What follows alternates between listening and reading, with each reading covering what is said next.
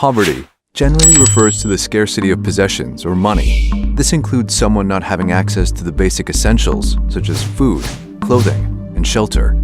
Currently, approximately 800 million people live on less than $1.25 per day, with the majority of these people living in developing countries, making it impossible to afford the bare essentials. In rural areas, about 22,000 children die each day due to the conditions of poverty. The poverty cycle is a seemingly endless condition of hardship, deficiency, and emptiness. Once a person or community falls below a certain level of resourcefulness, a chain of events begins to occur that tends to perpetuate the situation. Often, lower levels of education and training lead to a lack of employment opportunities, leading to criminal activity for survival, addiction, shattered health, early death, and breakup of family, often resulting in an even worse situation for the next generation, and so on.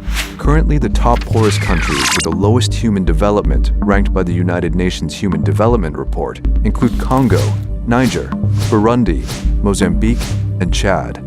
The majority of Congo's poverty is in rural areas. However, in Congo's capital city, Kinshasa, years of corrupt leadership and civil war has put great strain on the infrastructure of the city, as during times of conflict, many people choose to seek refuge there. One of the city's core problems is street kids. Here, there are thousands of kids, all facing a tough life due to either being orphaned or forced to live on the streets due to poor or troubled family backgrounds.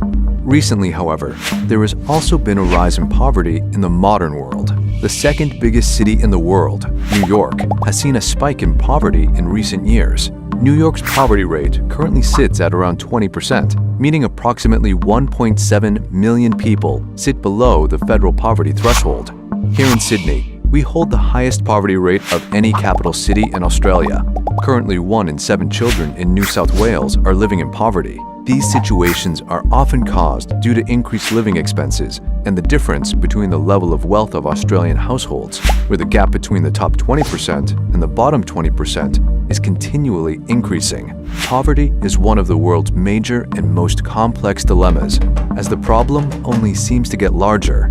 It is estimated that by 2050, the world will need to feed 9 billion people. However, the demand for food will be 60% greater than it is today. The United Nations has set ending hunger, achieving food security, improved nutrition, and promoting sustainable agriculture as the second of its 17 Sustainable Development Goals, aimed to be achieved by 2030.